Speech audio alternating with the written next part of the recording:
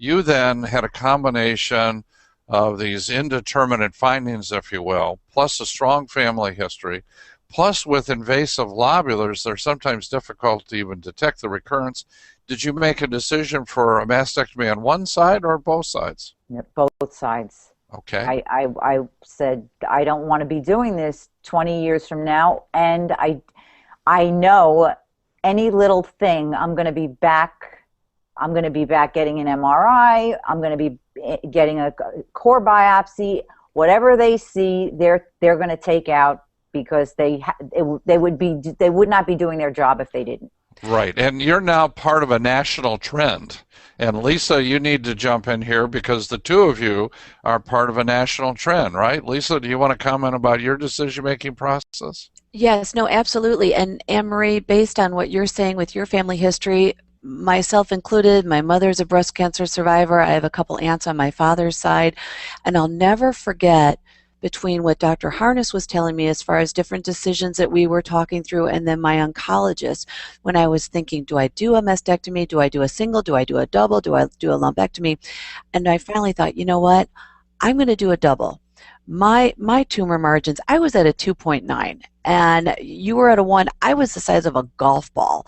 Right. And with that being said, I thought, you know what, to do a lumpectomy, I'm going to be left with a pancake, number one. Number two, which you can't really fix. Number two, I'm like, why not take the whole thing? And then number three, I thought, why not take both? And as soon as I told that to my oncologist, he said, you know what, Lisa, again, we can give you advice, but you need to make your own decision. And I just want to share with you that I'm so happy that you chose to do a double in your situation, because with the family history, the size of the tumor, the Oncotype DX showed that you're a very strong candidate for chemo to make sure that we squash all of this. Had you just done a single, you would be going back for mammograms and ultrasounds and MRIs probably every 6 months. Yeah. And the chance of your cancer returning to the other side in the next 20 years is 80%. And I thought, you know what? That seals the deal for me.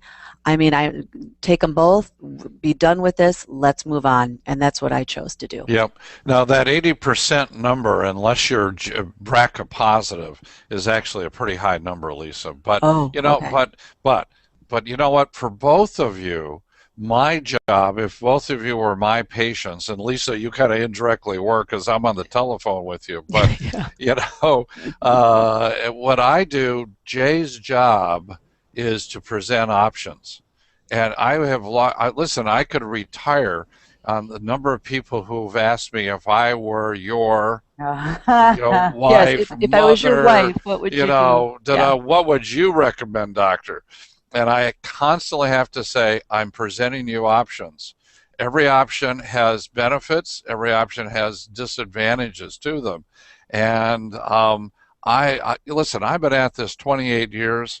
27 and a half years ago, I gave up trying to second guess people or what they want.